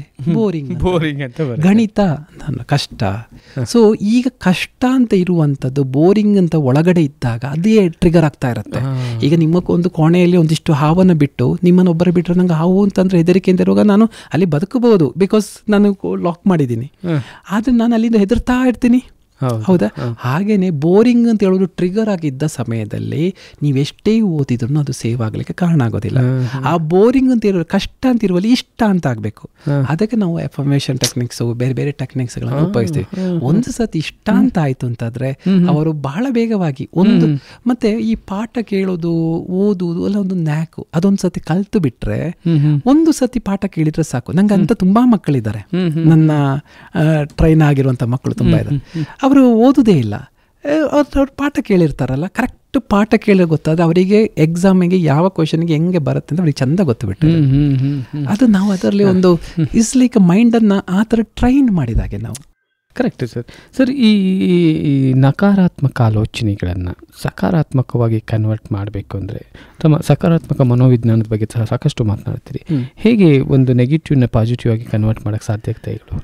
ಈ ಸಕಾರಾತ್ಮಕ ಮನೋವಿಜ್ಞಾನದಲ್ಲಿ ಇದೆಲ್ಲ ಈ ಮನಸ್ಸು ಅಂತ ಹೇಳುವಂಥದ್ದು ಎಲ್ಲವೂ ಕನೆಕ್ಟೆಡ್ ಆಗಿರುವಂಥದ್ದು. ಈಗ positive attitude, positive feeling, positive engagement, positive relationship, ಇದೆಲ್ಲ ಸೇರಿರುವಂಥದ್ದು ಈ ಪಾಸಿಟಿವ್ ಸೈಕಾಲಜಿ ಅಂತ ಹೇಳುವಂಥದ್ದು. ಸೊ ಆದ್ದರಿಂದ ಈ ಮಕ್ಕಳಿಗೆ ಆದಷ್ಟು ಬೇಗ ಇದು ಸಿಗಬೇಕು ಅಂತ ನನ್ನ ಆಸೆ. ನಮ್ಮ ಇಲ್ಲಿ ನಡೀಲಿ ಅಂತ ಒಂದು ಎಜುಕೇಷನ್ ಸಿಸ್ಟಮ್ ಬರಲಿ ಅಂತ ಆಸೆ ಇದೆ. ಬಟ್ ಯಾಕೆಂತಂದರೆ ಈಗ ನೋಡಿ, ಒಬ್ಬನ ಹತ್ರ ಪಾಸಿಟಿವ್ ಆ್ಯಟಿಟ್ಯೂಡ್ ಇದ್ದರೆ ಅವ ಜೀವನವನ್ನು ನೋಡೋ ರೀತಿ ಬೇರೆ ಇರುತ್ತೆ. ಅದು ಯಾವುದೇ ನೆಗೆಟಿವ್ ಸಿಚುವೇಶನ್ಸ್ಗಳಿದ್ರೋ ಇದು ಇಷ್ಟೇನೆ, ಇದು ಈಗ ಒಂದು ಕ್ಷಣಕ್ಕೆ ಮಾತ್ರ ಅಂತ ಹೇಳುವಂಥದ್ದು ಬರುತ್ತೆ. ಪಾಸಿಟಿವ್ ಥಿಂಕಿಂಗ್ ಅಂತ ಹೇಳಿದ್ರೆ ಎಲ್ಲದರಲ್ಲಿ ಪಾಸಿಟಿವ್ ಅನ್ನು ಕಾಣುವಂಥದ್ದಲ್ಲ. ಅಂದರೆ ಒಂದು ಉದ್ದದ ಮರದ ಮೇಲೆ ನಾನು ಪಾಸಿಟಿವ್ ಥಿಂಕ್ ಮಾಡ್ತಾ ಇದ್ದೀನಿ, ಇದರ ಮೇಲೆ ಹತ್ತಿರ ಏನು ಬೀಳಲ್ಲ ಅಂತಲ್ಲ, ಅಲ್ಲಿ ನಾನು ಅಲ್ಲಿ ಹತ್ತಿದ್ರೆ ಬೀಳ್ತೇನೆ ಅಂತ ಹೇಳೋದಂಥದ್ದೇ ಪಾಸಿಟಿವ್ ಥಿಂಕಿಂಗ್. ಅಂದ್ರೆ ಇದ್ದದನ್ನ ಇದ್ದ ಹಾಗೆ ಆಲೋಚನೆ ಮಾಡುವಂಥದ್ದು. ಈ ಕೆಲವರು ತಪ್ಪು ತಿಳಿತಾರೆ, ಪಾಸಿಟಿವ್ ಥಿಂಕಿಂಗ್ ಅಂದ್ರೆ ಎಲ್ಲವನ್ನು ಪಾಸಿಟಿವ್ ಅಲ್ಲೇ ನೋಡೋದು ಅಂತ ಅಲ್ಲ, ಹಂಗಲ್ಲ. ಸೊ ಆದ್ದರಿಂದ ನೆಗೆಟಿವ್, ಈಗ ವರಿಂಗ್ ಮತ್ತೆ ಥಿಂಕಿಂಗ್ ಅಂತ ಹೇಳ್ತೀವಿ, ಚಿಂತೆ ಮತ್ತು ಚಿಂತನೆ ಅಂತ ಹೇಳುವಾಗ ಒಂದಿಷ್ಟು ಜನ ಚಿಂತೆಗಳದ್ದು ಅಂದರೆ ಈಗ ನಾನು ಹೇಳಿದೆ, ನನ್ನ ಹತ್ರ ಬರುವಾಗ ನಾನು ತುಂಬ ಓವರ್ ಥಿಂಕ್ ಮಾಡ್ತೀನಿ ಅಂತ ಹೇಳ್ತಾರೆ. ಒಬ್ಬ ವಿಜ್ಞಾನಿ ಓವರ್ ಥಿಂಕ್ ಮಾಡಲ್ವಾ? ಮಾಡ್ತಾನೆ. ಒಬ್ಬ ರೈಟರ್ ಓವರ್ ಥಿಂಕ್ ಮಾಡಲ್ವಾ? ಮಾಡ್ತಾನೆ. ಹಾಗಾದ್ರೆ ಅದನ್ನು ನಾವು ಓವರ್ ಥಿಂಕಿಂಗ್ ಹೇಳ್ತೀವ? ಇಲ್ಲ. ಅಂದ್ರೆ ಥಿಂಕಿಂಗ್ ಪ್ರಾಬ್ಲಮ್ ಅಲ್ಲ, ಆ ವಿಷಯ ಪ್ರಾಬ್ಲಮ್ ಅಲ್ವಾ? ಸೊ ಈ ವರಿಯಿಂಗ್ ಅಂತಂದ್ರೆ ಹಂಗೆ, ಅದು ಒಂದು ನಮ್ಮನ್ನ ಪ್ರಾಬ್ಲಮ್ ಅನ್ನೇ, ಅಯ್ಯೋ ನಂಗೆ ಹಿಂಗಾಯ್ತಲ್ಲ, ಹಂಗಾಯ್ತಲ್ಲ, ಹಿಂಗೇನೆ ಅದಕ್ಕೆ ಸೊಲ್ಯೂಷನ್ ಬೇಸ್ಡ್ ಆಗಿಲ್ಲ, ಹಿಂಗೆ ಇದೆಲ್ಲ. ಮತ್ತೆ ಜೀವನದ ಅರ್ಥ ನೀವು ನಾನು ಏನು ತಿಳ್ಕೊಂಡಿದ್ದು ನನ್ನ ಜೀವನದ ಬಗ್ಗೆ, ಈ ಜೀವನದ ಗುರಿ ಏನು, ಜೀವನವನ್ನು ಹೆಂಗೆ ಸಾಗಿಸೋದು, ನಾನು ಎಷ್ಟು ದಿನ ಬದುಕ್ತೀನಿ, ಈ ನಮ್ಮ ಸ್ಪಿರಿಚುವಲ್ ಸೈಕಾಲಜಿ ಹೆಲ್ಪಿಗೆ ಬರೋದು ಎಲ್ಲಿ? ಈಗ ಭಗವದ್ಗೀತೆ ಇರ್ಬೋದು, ವಿಜ್ಞಾನ ಬೈರಾಗಿರ್ಬೋದು, ಇಂಥದ್ದೆಲ್ಲ, ಅಥವಾ ಎಲ್ಲ ರಿಲಿಜಿಯಸ್ ಬುಕ್ಗಳು, ಕುರಾನ್ ಇರ್ಬೋದು, ಬೈಬಲ್ ಇರ್ಬೋದು, ಇದೆಲ್ಲವೂ ನಮಗೆ ಜೀವನವನ್ನು ಹೇಗೆ ನೋಡಬೇಕು ಅಂತ ಹೇಳಿಕೊಡುತ್ತೆ. ಅದು ನಮ್ಮ ದೈನಂದಿನ ಜೀವನಕ್ಕೆ ಬಂದಾಗ ನಮ್ಮಲ್ಲಿ ಒಂದು ಪಾಸಿಟಿವ್ ಆಟಿಟ್ಯೂಡ್ ಬಿಲ್ಡ್ ಆಗುತ್ತೆ, ಸಕಾರಾತ್ಮಕ ಮನೋಭಾವ. ಆ ಮನೋಭಾವ ಒಳ್ಳೆಯದನ್ನೇ ಆಲೋಚನೆ ಮಾಡಲಿಕ್ಕೆ ಹೇಳುತ್ತೆ, ಒಳ್ಳೆ ವಿಷಯದಲ್ಲೇ ಎಂಗೇಜ್ಡ್ ಆಗಿರಲಿಕ್ಕೆ ಹೇಳುತ್ತೆ, ಒಳ್ಳೆ ವಿಷಯಕ್ಕೆ ಫೀಲಿಂಗ್ ಕೊಡುತ್ತೆ, ಒಳ್ಳೆ ವ್ಯಕ್ತಿಗಳೊಟ್ಟಿಗೆ ಇರಲಿಕ್ಕೆ ಮಾಡುತ್ತೆ. ಆಗ ಇನ್ನಷ್ಟು ನನ್ನ ಜೀವನಕ್ಕೆ ಅರ್ಥ ಕೊಡಲಿಕ್ಕೆ ಸಹಾಯ ಆಗುತ್ತೆ. ಸೊ ಈ ಒತ್ತಡ ಮುಕ್ತ ಆಗಲಿಕ್ಕೆ ಸಾಧ್ಯ ಆಗುತ್ತೆ. ಖಂಡಿತವಾಗಿಯೂ ಇದು ಒತ್ತಡ ಅಂತಂದ್ರೆ ಜೀವನದ ಸಿಚುವೇಶನ್ಸ್ ಬದಲಾಗಲ್ಲ, ಅದನ್ನು ನೋಡುವ ರೀತಿ ಬದಲಾಗತ್ತೆ. ಅಥವಾ ಅದರಿಂದ ಬರುವಂಥ ಸ್ಟಿಮ್ಯುಲೇ ನನ್ನನ್ನು ತೊಂದರೆ ಕೊಡಲ್ಲ, ನನ್ನಲ್ಲಿ ಏನೂ ಡಿಸ್ಟರ್ಬ್ ಮಾಡಲ್ಲ, ನಾನು ಅದನ್ನು ಆರಾಮ್ಸೆ ತಗೊಳ್ತೀನಿ. ಒಂದು ಸಲ ನನ್ನ ಒಂದು ಅನುಭವದಲ್ಲಿ ಒಂದು ವ್ಯಕ್ತಿಯನ್ನು ನಾನು ಮೀಟ್ ಮಾಡಿದ್ದೆ, ನನ್ನ ಒಂದು ಕಾರ್ಯಕ್ರಮಕ್ಕೆ ಅವ್ರು ಕರೆಸಿ, ನಾನು ಅವ್ರಿಗಿಲ್ಲ. ಸೊ ಅಲ್ಲಿ ಅವರ 6 ಮಕ್ಕಳು ಬೇರೆ ಬೇರೆ ಇದರಿಂದಾಗಿ ತೀರಿ ಹೋಗಿದ್ರು, ಆಕ್ಸಿಡೆಂಟಲ್ಲಿ ಇಬ್ಬರು. ಹೀಗಾಗಿ ಆ ಮನೇಲಿ ಒಬ್ಬರು ಲೇಡಿ ಮಾತ್ರ ಇದ್ರು. ಆದರೆ ತುಂಬ ಆ್ಯಕ್ಟಿವ್ ಇದ್ರು, ತುಂಬ ಸಮಾಜಕ್ಕೆ ಅವರು ಏನೆಲ್ಲ ಕೆಲಸಗಳನ್ನು ಮಾಡ್ತಾಯಿದ್ರು. ನಾನಾಗ ಅವ್ರ ಹತ್ರ ಕೇಳಿದೆ, ನಿಮಗೆ ಯಾವತ್ತಾದರೂ ದೇವರ ಮೇಲೆ ಸಿಟ್ಟು ಅಥವಾ ಈ ಜೀವನ ಯಾಕೆ ಹಿಂಗೆ, ನನಗೆ 6 ಮಕ್ಕಳಿದ್ದದ್ರಲ್ಲಿ 6 ಮಕ್ಕಳು ತೀರಿ ಹೋದ್ರಲ್ಲ ಅಂತಾನೆ. ಅವರು ಹೇಳಿದ ಮಾತು, ಅವರು ಸೈಕಾಲಜಿಸ್ಟ್ ಅಲ್ಲ, ಏನೂ ಅಲ್ಲ, ಒಂದು ಸಾಮಾನ್ಯ ವ್ಯಕ್ತಿ. ಅದು ಅವರು ಹೇಳಿದರು, ಇಲ್ಲ, ನನಗೆ ದೇವರು ಈ ಸಮಾಜಕ್ಕೆ ನೀನೇನಾದರೂ ಮಾಡು ಅಂತ ಹೇಳಿರ್ಬೋದೇನೋ, ಅದಕ್ಕಿರ್ಬೋದೇನೋ ನನ್ನ ಜೀವನದ ನೋಡಿ. ಅದಕ್ಕೆ ಅವ್ರು ಹಂಗೆ ಇದ್ರು. ಅದೇ ನಾವು ಒಂದು ಚಿಕ್ಕ ನೋವು ಬಂದರೂ ನಾವು ಅದನ್ನೇ ಹೇಳ್ಕೊಂಡು ದೊಡ್ಡದೊಂದು ಮಾಡಿ ಇರ್ತೀವಿ. ಸೊ ಈ ರೀತಿಯಲ್ಲಿ ನಮ್ಮ ಆಲೋಚನೆಗಳು ಬಹಳ ನಮ್ಮನ್ನು ರೂಪಿಸ್ತವೆ. ಹೌದು, ಎಲ್ಲವೂ ಪ್ರಾರಂಭ ಆಗೋದು ಆಲೋಚನೆಗಳಿಂದ. ಆಲೋಚನೆ ವಿನ್ಯಾಸವಾಗಿ, ಆಲೋಚನೆ ವಿನ್ಯಾಸ ಹವ್ಯಾಸವಾಗಿ, ಹವ್ಯಾಸದಿಂದ ವ್ಯಕ್ತಿತ್ವ ರೂಪುಗೊಳ್ಳುತ್ತೆ. ಸೊ ಅದನ್ನ ಇವತ್ತು ನಾನೇನಾಗಿದ್ದೀನೋ ಅದು ನನ್ನ ಆಲೋಚನೆಗಳಿಂದ. ಸೊ ಅದರಿಂದ ಆ ಆಲೋಚನೆಗಳನ್ನು ಚೆನ್ನಾಗಿ ಇಟ್ಕೊಳ್ಬೇಕಾಗಿರೋದು. ಹೇಗೆ ದೇಹದ ಆರೋಗ್ಯವನ್ನು ನೋಡ್ಕೊಳ್ತೇವೆ, ಮನಸ್ಸಿನ ಆರೋಗ್ಯ. ಸೊ ಒಬ್ಬ ವ್ಯಕ್ತಿ ಸಂತೋಷವಾಗಿರಬೇಕಂದ್ರೆ ಅಥವಾ ಜೀವನವನ್ನು ಅರ್ಥ ಮಾಡಿಕೊಂಡು ಅದನ್ನು ಎಂಜಾಯ್ ಮಾಡಬೇಕಂತ ಅಂದರೆ ನಮ್ಮ ಪಠ್ಯಪುಸ್ತಕಗಳಲ್ಲಿ ಈಗಿರುವಂತಹ ಮಕ್ಕಳ ಒಂದು ಶಿಕ್ಷಣ ವ್ಯವಸ್ಥೆಯಲ್ಲಿ ಏನು ತುಂಬ ಅವಶ್ಯಕತೆ ಇದೆ ಅಂತ ಅನಿಸುತ್ತೆ? Shiv sir, thank you. ನೀವು ಈ ಒಂದು ಪ್ರಶ್ನೆ ನನ್ನ ಹತ್ರ ಕೇಳಿದ್ದಕ್ಕೆ. ಯಾಕಂತಂದರೆ ನಾನು ಯಾವತ್ತೂ ಇದನ್ನು ಎಷ್ಟೋ ಜಾಗದಲ್ಲಿ ನಾನು ತಲುಪಿಸ್ಲಿಕ್ಕೆ ನೋಡ್ತಾ ಇದ್ದೀನಿ. ಒಂದು ಶಿಕ್ಷಣ ಅಂತಂದರೆ ಒಂದು ಕೆಲಸಕ್ಕೆ ನಮ್ಮನ್ನು ರೆಡಿ ಮಾಡುವಂಥದ್ದು, ರೂಪಿಸುವಂಥದ್ದಲ್ಲ. ಒಂದು ಮಿಷನ್ ಥರ ನಮ್ಮ ಮನಸ್ಸನ್ನು ನ್ಯಾರೋ ಮಾಡುವಂಥದ್ದಲ್ಲ. ನಾವು ಇನ್ನಷ್ಟು ಅನುಭವಗಳಿಗೆ, ಇನ್ನಷ್ಟು ವಿಷಯಗಳಿಗೆ ಜೀವನ ನೋಡುವ ರೀತಿಯನ್ನು ಬದಲಾಯಿಸಲಿಕ್ಕೆ ಆಗಿರಬೇಕು ನಮ್ಮ ಶಿಕ್ಷಣ. ಇದು ನಮ್ಮ EQ ಮತ್ತು SQ ಅನ್ನು ಬಿಲ್ಡ್ ಮಾಡುವಂಥದ್ದಾಗಿರಬೇಕು. ಈಗ ನಾನು ಎಷ್ಟೋ ಜಾಗದಲ್ಲಿ ಮ್ಯಾಥ್ಸಲ್ಲಿ 10 ಮಾರ್ಕ್ಸ್ ಕಮ್ಮಿ ಬಂದರೂ ಪ್ರಶ್ನೆ ಇಲ್ಲ. ಒಂದು ಕೇಸ್ ಇದೆ, ಒಬ್ಬ 99% ಮಾರ್ಕ್ಸ್ ಬಂದ ಹುಡುಗ ಒಂದು ಸುಸೈಡ್ ಅಟೆಂಪ್ಟ್ ಮಾಡಿದ ಕೇಸ್ ಇದೆ. ಆಗ ಆ ಹುಡುಗನ ಹತ್ರ ನನ್ನಲ್ಲಿ ಏನಾಗಲಿಲ್ಲ ಮಗು. ಆ ಮಗು ಹತ್ರ ನಾವು ಮಾತಾಡಿಸ್ಬೇಕಿಲ್ಲ. ಮಗು ಹೇಳಿ, ನನ್ನೆಲ್ಲ ಜೀವನಕ್ಕೆ ಇನ್ನೇನಿದೆ, ನಾನು 625ಕ್ಕೆ 625 ಮಾರ್ಕ್ಸ್ ತೆಗಿತೀನಿ ಅಂತ ಇತ್ತು, ನನ್ನ ಅಪ್ಪ ಅಮ್ಮ ಎಲ್ಲ ಹಿಂಗೆ ಹೇಳಿದರು, ಈಗ ನಾನು ಹೆಂಗೆ ನೋಡಲಿ ಅವರನ್ನು ಅಂತ ಹೇಳುವಂಥ. ಅಂದರೆ ಆ ಮಗುವಿನ ಮುಖ್ಯ ಜೀವನದ ಗುರಿ ಅಂತ ಥಿಂಕ್ ಮಾಡಿರುವಂಥದ್ದು ಇದೇ ಅಂತ ಆಗಿರುತ್ತೆ. ಜೀವನಕ್ಕೆ ಕಲರ್ ಕೊಡಲಿಕ್ಕೆ, ಬಣ್ಣ ಕೊಡಲಿಕ್ಕೆ ಎಷ್ಟೋ ಚೆನ್ನಾಗಿ ಸಾಧ್ಯ ಇದೆ. ಆದ್ದರಿಂದ ನಮ್ಮ ಎಜುಕೇಷನ್ ಸಿಸ್ಟಮ್ನಲ್ಲಿ ಈಗ ನೀವು ಫಾರಿನ್ ಎಜುಕೇಷನ್ ನೀವು ನೋಡಿದರೆ ಈ ಪಾಸಿಟಿವ್ ಸೈಕಾಲಜಿಯನ್ನು ಬಹಳ ಚೆನ್ನಾಗಿ ಉಪಯೋಗಿಸ್ತಾ ಇದ್ದಾರೆ. ಪಾಸಿಟಿವ್ ಸೈಕಾಲಜಿ, ಸ್ಪಿರಿಚುವಲ್ ಸೈಕಾಲಜಿ ಎಲ್ಲ. ಯಾಕಂದರೆ ಮಕ್ಕಳು ಬದುಕೋದು ಹೇಗೆ ಅಂತ ಹೇಳೋದು ಬಹಳ ಮುಖ್ಯ. ಬದುಕಲು ಕಲಿಯುವಂಥದ್ದು ಅದು ನಮ್ಮ ಎಜುಕೇಷನಲ್ಲಿ ಇಲ್ಲ. ಅಥವಾ ನಮಗೆ ಈಗ ನಾನು ಎಸ್ಪೆಷಲಿ ಕನ್ನಡ, ಇಂಗ್ಲೀಷು ಮತ್ತು ಹಿಂದಿ ಈ 3 ಸಬ್ಜೆಕ್ಟ್ಗಳಲ್ಲಿ ನಮಗೆ ಸೈಕಾಲಜಿಯನ್ನು ಬಹಳ ಚೆನ್ನಾಗಿ ತರಬಹುದು. ಆದರೆ ಅದು ಯಾಕೆ ಅದನ್ನು, ಅಥವಾ ಸೈಕಾಲಜಿ ಅಂತ ಹೇಳೋದು ಕೇವಲ ಕ್ಲಿನಿಕ್ಗೆ ಸಂಬಂಧಪಟ್ಟದಲ್ಲ, ಅದು ಮನಸ್ಸು ನಮ್ಮ ದಿನಾ ನಮ್ಮ ಹತ್ರ ಇರೋದು. ಸೊ ನಾನು ಹೇಳ್ತೀನಿ, ದೇಹದ ಆರೋಗ್ಯಕ್ಕೆ ನಾವು ಡಯಟ್, ಫುಡ್ಡು, ದಿನ ಸ್ನಾನ, ಹಲ್ಲು ಉಜ್ಜೋದು, ಎಲ್ಲ ಉಗುರು ತೆಗೆಯೋದು, ಇದೆಲ್ಲ ಮಾಡ್ತೀವಿ, ಅಷ್ಟು ಚೆಂದ. ಮನಸ್ಸಿಗೆ ಏನು ಮಾಡ್ತೀವಿ ಅಂತ ಕೇಳಿ ನಮ್ಮ ಹತ್ರ ಪ್ರಶ್ನೆ ಇಲ್ಲ. ಸೊ ಇದು ಎಲ್ಲಿಂದ ಪ್ರಾರಂಭ ಆಗಬೇಕು? ಎಲ್ಲ ಮನೆಯಿಂದ ಮಾಡಲಿಕ್ಕಾಗತ್ತೆ, ಎಲ್ಲರೂ ಸೈಕಾಲಜಿಸ್ಟ್ಗಳ ಅಲ್ಲ. ಅದಕ್ಕೆ ನಾವು ಆದಷ್ಟು ನಮ್ಮ ಶಾಲೆಗಳೇ ಇದನ್ನು, ಶಾಲೆ ಅಂತಂದರೆ ದೈಹಿಕವಾಗಿ ನಾವು ಏನೆಲ್ಲ ಕಾರ್ಯಕ್ರಮಗಳನ್ನು ಇಟ್ಕೊಳ್ತೀವಿ. ಮತ್ತೆ ಅಲ್ಲ, ಯೂನಿಫಾರ್ಮು, ಡ್ರೆಸ್ ಕೋಡು ಎಲ್ಲ ಚೆನ್ನಾಗಿರುತ್ತೆ. ಹೌದು, ಮತ್ತೆ ಇನ್ನೊಂದು ಸರ್, ನೀವು ಇನ್ನೂ ಶಿವ್ ಸರ್ ಹೇಳಿದ್ದಕ್ಕೆ ನಾನು ಹೇಳ್ತೀನಿ, ಒಂದು ಆರ್ಗನೈಸೇಷನ್, ನಾನು ಅದನ್ನು ಹೆಸರು ಹೇಳೋದಿಲ್ಲ, ಒನ್ ಆಫ್ ದಿ ಇಂಡಿಯಾದಲ್ಲೇ ಅತಿ ಹೆಚ್ಚು ಫಂಡ್ ಬರುವಂಥ ಒಂದು ಆರ್ಗನೈಸೇಷನು. ಅಲ್ಲಿ ಮಕ್ಕಳಿಗೆ ಬೇಕಾದಷ್ಟು ಫೆಸಿಲಿಟೀಸ್ ಇದ್ದಾವೆ. ಅಂದರೆ ಟಾಯ್ಸುಗಳು ಮತ್ತು ಸೋಫಾ ಸೆಟ್ಗಳು ಕಂಡ್ರೆ ನೀವು ಶಾಕ್ ಆಗ್ತೀರಿ, ಆ ಲೆವೆಲ್ನಲ್ಲಿರುವಂಥ ಒಂದು ಇಲ್ಲಿ ನಾನೊಂದು ಕಾರ್ಯಕ್ರಮಕ್ಕೆ ಅಲ್ಲಿ ಹೋಗಿದ್ದೆ. ಅಲ್ಲಿ ಹೋಗಿದ್ದಾಗ ನಾವೆಲ್ಲ ಮಕ್ಕಳ ಹತ್ರ ಮಾತಾಡಬೇಕಿದ್ರೆ ಮಕ್ಕಳು ನಮ್ಮ ಹತ್ರ ಬಂದು ಸರ್ ಒಂದು 100 ರೂಪೀಸ್ ಕೊಡ್ತೀರಾ ಅಂತ ಕೇಳಿದರು.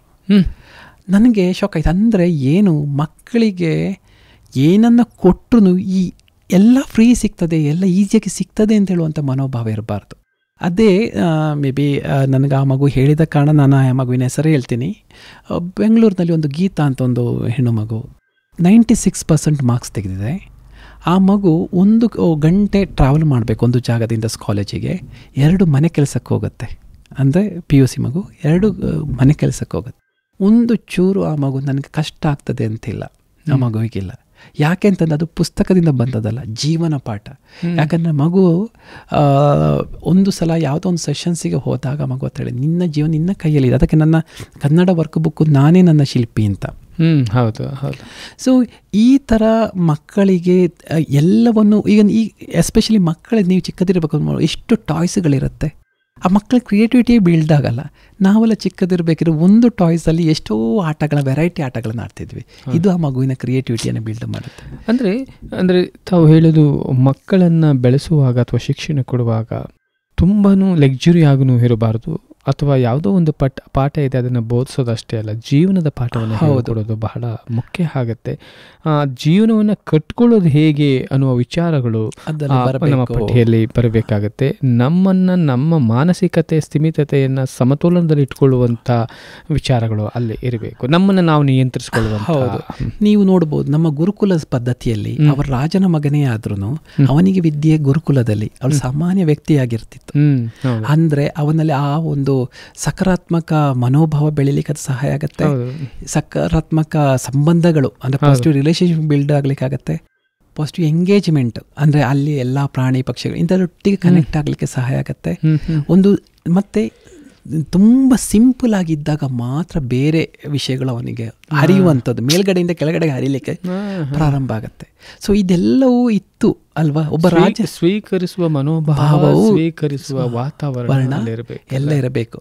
ಸೊ ನಾವು ಮಕ್ಕಳಿಗಾದ್ರೂ ಅಷ್ಟೇನೆ. ನಾನು ತುಂಬ ಮಕ್ಕಳನ್ನು ತುಂಬ ನೋಡಿದಾಗ ಕೆಲವು ಮಕ್ಕಳು ಹೇಳ್ತಾರೆ ನನಗೆ ಇದರ ಅವಶ್ಯಕತೆ ಇಲ್ಲ. ಒಂದು ಸಲ ಒಂದು ಕಾಸರಗೋಡಿನ ಒಂದು ಮಗು, ಆ ಮಗುವಿಗೆ ತಂದೆ ತಾಯಿ ಇಲ್ಲ. ಆಗ ಕೆಲವು ಸ್ಪೀಚ್ಗಳಲ್ಲೆಲ್ಲ ಅವರಿಗೆ ಆ ಮಗು ಬಹಳ ಇಂಟೆಲಿಜೆಂಟ್ ಇತ್ತು ಕಲೀಲಿಕ್ಕೆ ಅಂತ ಕೊಡುವಾಗ ಆ ಮಗು ಹೇಳ್ತಿತ್ತು ನನಗೆ ತಂದೆ ತಾಯಿ ಇಲ್ಲ ಅಂತ. ಹಾಗಾಗಿ ಕೇಳಿಸ್ಕೊಳ್ಳಿಕ್ಕೆ ನನಗೆ ಇಷ್ಟ ಇಲ್ಲ, ನನಗೆ ಸುಮ್ಮನೆ ಯಾರು ತಂದು ಕೊಡೋದು ನನಗೆ ಇಷ್ಟ ಇಲ್ಲ. ಈಗ ಮಗು ಇಂಜಿನಿಯರಿಂಗ್ ಆಗಿ IASಗೆ ಟ್ರೈನ್ ಮಾಡ್ತಾ ಇದೆ. ಸೊ ನಾನು ಹೇಳ್ತಿರುವಂಥ ಅಂಥ ಮೆಂಟಾಲಿಟಿ ಇರುವಂಥ ಮಕ್ಕಳು ಅವರು ಮುಂದೆ ಬರಲಿಕ್ಕೆ ಹೇಗೆ ಅಂತ ಪ್ರಯತ್ನಿಸ್ತಾ ಇರ್ತಾರೆ.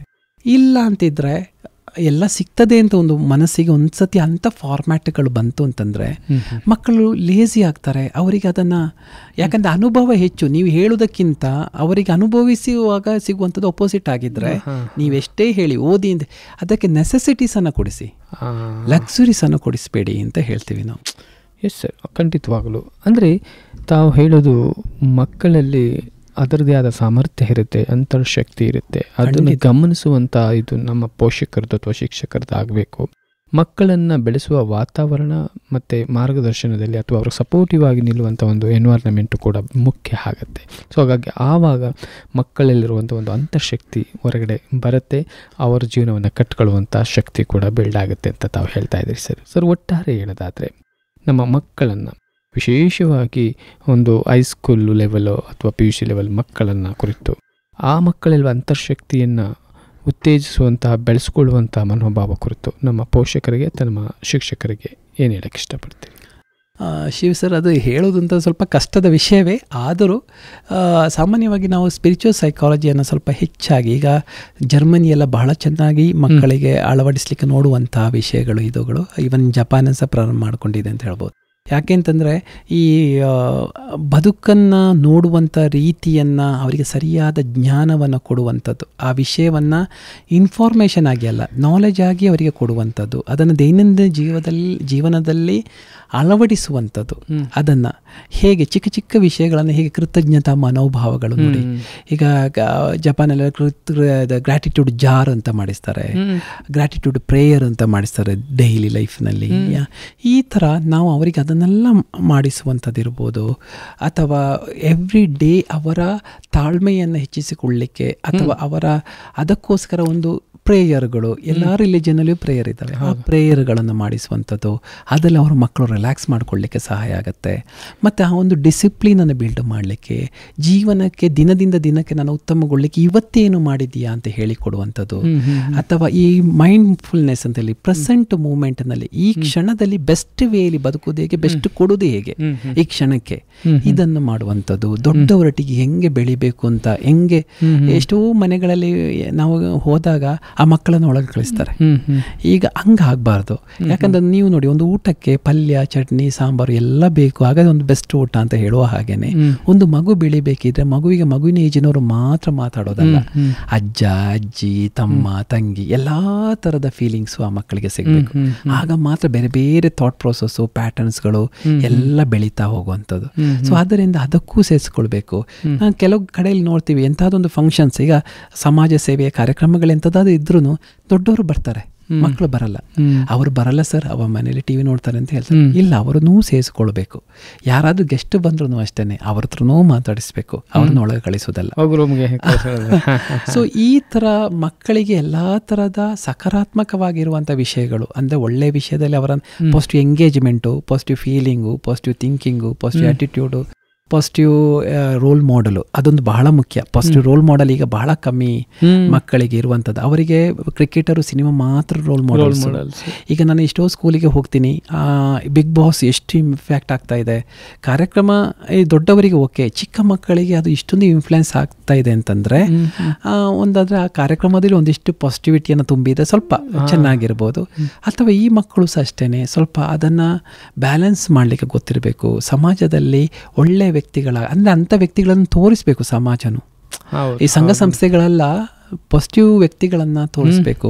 ಎಲ್ಲ ಕಾರ್ಯಕ್ರಮಗಳಲ್ಲೂ ಕ್ರಿಕೆಟು, ಸಿನಿಮಾ ಮಾತ್ರ ಹೀರೋಸ್ಗಳಂತಲ್ಲ, ರಿಯಲ್ ಹೀರೋಸ್ಗಳು. ಯಾಕಂದ್ರೆ ಅಂಥ ಫೀಲ್ಡು ಸಹ ಈ ಮಕ್ಕಳಲ್ಲಿ ಇನ್ಫ್ಲುಯೆನ್ಸ್ ಆಗುತ್ತೆ. ಸೊ ಸಮಾಜಕ್ಕೆ ಒಂದಿಷ್ಟು ರೆಸ್ಪಾನ್ಸಿಬಿಲಿಟಿ ಇದೆ, ಸ್ಕೂಲ್ಗಳಿಗೆ ಒಂದಿಷ್ಟು ರೆಸ್ಪಾನ್ಸಿಬಿಲಿಟಿ ಇದೆ, ಎಜುಕೇಷನ್ ಗೌರ್ಮೆಂಟಿಗೂ ಒಂದಿಷ್ಟು ರೆಸ್ಪಾನ್ಸಿಬಿಲಿಟಿ ಇದೆ, ಪೇರೆಂಟ್ಸಿಗೂ ರೆಸ್ಪಾನ್ಸಿಬಿಲಿಟಿ ಇದೆ, ಮಕ್ಕಳಿಗೂ ರೆಸ್ಪಾನ್ಸಿಬಿಲಿಟಿ ಇದೆ. ಎಲ್ಲರೂ ಅವರವರ ರೆಸ್ಪಾನ್ಸಿಬಿಲಿಟಿಯನ್ನು ಸಮಾಜಕ್ಕೆ ಬೆಸ್ಟನ್ನು ಕೊಡೋದನ್ನು ಮಾಡಿದರೆ ಖಂಡಿತವಾಗಿ ಒಳ್ಳೆ ಸಮಾಜ ಸೃಷ್ಟಿ ಮಾಡಲಿಕ್ಕೆ ನಾವಿಂತ ಸಾಧ್ಯ ಇದೆ. ಸರ್, ಖಂಡಿತ. ಎಲ್ಲ ಮಕ್ಕಳಲ್ಲೂ ಅದರದೇ ಆದ ಒಂದು ಸಾಮರ್ಥ್ಯ ಇರುತ್ತೆ, ಶಕ್ತಿ ಇರುತ್ತೆ. ಆದರೆ ಅದಕ್ಕೆ ಪೂರಕವಾದ ಬುದ್ಧಿವಂತ ಅಂದ್ಕೊಂಡವನಿಗೆ ಓವರ್ ಕಾನ್ಫಿಡೆನ್ಸನ್ನು ನಿಯಂತ್ರಿಸಲಿಕ್ಕೆ, ಅಥವಾ ದಡ್ಡ ಅಂದ್ಕೊಂಡವನಿಗೆ ಕಾನ್ಫಿಡೆನ್ಸ್ನ ಬಿಲ್ಡ್ ಮಾಡೋಕ್ಕೆ ಬೇಕಾದಂತಹ ಟಿಪ್ಸ್ಗಳು ಬೇಕಾಗುತ್ತೆ, ವಾತಾವರಣವನ್ನು ಕಲ್ಪಿಸಬೇಕಾಗತ್ತೆ. ಆಗ ಒಂದು ಜೀವನ ಅಂದರೆ ಏನು, ಜೀವನ ಕಟ್ಕೊಳ್ಳೋದ್ರ ಕುರಿತು ಮಕ್ಕಳಿಗೆ ಒಂದು ಮಾರ್ಗದರ್ಶನ ಸಿಗುತ್ತೆ ಅಂತ ನಾನು ಕೂಡ ಭಾವಿಸ್ಕೊಳ್ತೀನಿ. ಸರ್, ಸಾಕಷ್ಟು ವಿಚಾರಗಳನ್ನು ತಾವು ಹಂಚಿಕೊಂಡಿದ್ದೀರಿ. ಮಕ್ಕಳನ್ನು ಬೆಳೆಸೋ ರೀತಿ, ಶಿಕ್ಷಣದಲ್ಲಿ ತರಬೇಕಾದಂಥ ರೀತಿಗಳನ್ನು, ತಮ್ಮ ಅನುಭವಗಳನ್ನು ಹಂಚಿಕೊಂಡಿದ್ದಕ್ಕಾಗಿ ನಮ್ಮ ಕೇಳುಗರ ಪರವಾಗಿ, ನಮ್ಮ ವಿದ್ಯಾರ್ಥಿಗಳ ಪರವಾಗಿ, ಮಕ್ಕಳ ಪರವಾಗಿ ಹೃತ್ಪೂರ್ವಕ ಧನ್ಯವಾದಗಳು ಸರ್. ಧನ್ಯವಾದಗಳು ಸರ್. ಯಾಕೆಂತಂದರೆ ಬಹಳ ಹತ್ತಿರವಾಗಿರುವಂಥ ವಿಷಯ, ಅಂದರೆ ಮಕ್ಕಳಿಗೂ ನಮಗೂ ಎಲ್ಲ ಹತ್ತಿರವಾಗಿರುವಂಥದ್ದು. ಇದರಲ್ಲಿ ಒಂದಿಷ್ಟು ಮಕ್ಕಳಲ್ಲಿ ಬದಲಾವಣೆ ಅಥವಾ ಪೇರೆಂಟ್ಸ್ಗಳಿಗೆ ಸಹಾಯ ಆಗಿತ್ತು ಅಂತಂದರೆ ಖಂಡಿತವಾಗಿಯೂ ಅದು ನಾವು ಮಾಡುವಂಥದ್ದು ಚಿಕ್ಕ ಸಮಾಜ ಸೇವೆ ಅಲ್ವಾ, ಹಳ್ಳಿ. ಸೊ ಇಂಥ ಕಾರ್ಯಕ್ರಮಗಳನ್ನು ನೀವು ಅರೇಂಜ್ ಮಾಡಿದ್ದಕ್ಕೆ ನಿಮಗೂ ನನ್ನ ಕಡೆಯಿಂದ ಧನ್ಯವಾದಗಳನ್ನು ಅರ್ಪಿಸ್ತೀನಿ. ಧನ್ಯವಾದ ಸರ್, ಧನ್ಯವಾದ. ಶ್ರೋತೃಗಳೇ, ಇಷ್ಟೊತ್ತು ತಾವು ಕೇಳ್ತಾ ಇದ್ರಿ ಜೀವನ ಪಾಠಶಾಲೆ ಸರಣಿ ಕಾರ್ಯಕ್ರಮದಲ್ಲಿ ಮಕ್ಕಳಲ್ಲಿನ ಅಂತರ್ಶಕ್ತಿಯ ಕುರಿತಂತಹ ವಿಶೇಷ ಕಾರ್ಯಕ್ರಮವನ್ನು ತಾವು ಕೇಳಿದ್ರಿ. ಇಷ್ಟೊತ್ತು ನಮ್ಮ ಜೊತೆ ಮಾತನಾಡಿದವರು ಮನೋವಿಜ್ಞಾನಿಗಳು ಹಾಗೂ ಯಲ್ಲಂಗಳ ಅಕಾಡೆಮಿಯ ಸಂಸ್ಥಾಪಕರು ಆದಂತಹ ಶ್ರೀ ನವೀನ್ ಯಲ್ಲಂಗಳರವರು. ಇದು ಇವತ್ತಿನ ಕಾರ್ಯಕ್ರಮ. ಮತ್ತೊಂದು ಕಾರ್ಯಕ್ರಮ ಜೊತೆ ತಮ್ಮನ್ನು ಭೇಟಿಯಾಗ್ತೀನಿ. ಅಲ್ಲಿವರೆಗೂ ನಮಸ್ಕಾರ.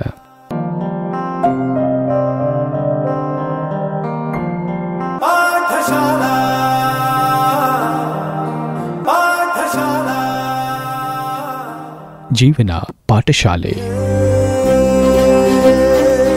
ಜಗತ್ತೇ ಒಂದು ಶಾಲೆ, ಪ್ರಕೃತಿಯೇ ನಮ್ಮ ಗುರು. ಕೇಳಿ ಪ್ರತಿ ಶುಕ್ರವಾರ ಬೆಳಗ್ಗೆ 8 ಗಂಟೆಗೆ ಹಾಗೂ ಸಂಜೆ 5 ಗಂಟೆಗೆ ನಿಮ್ಮ ನೆಚ್ಚಿನ JSS ರೇಡಿಯೋ 91.2 FM ಕಂಪನಾಂಕದಲ್ಲಿ.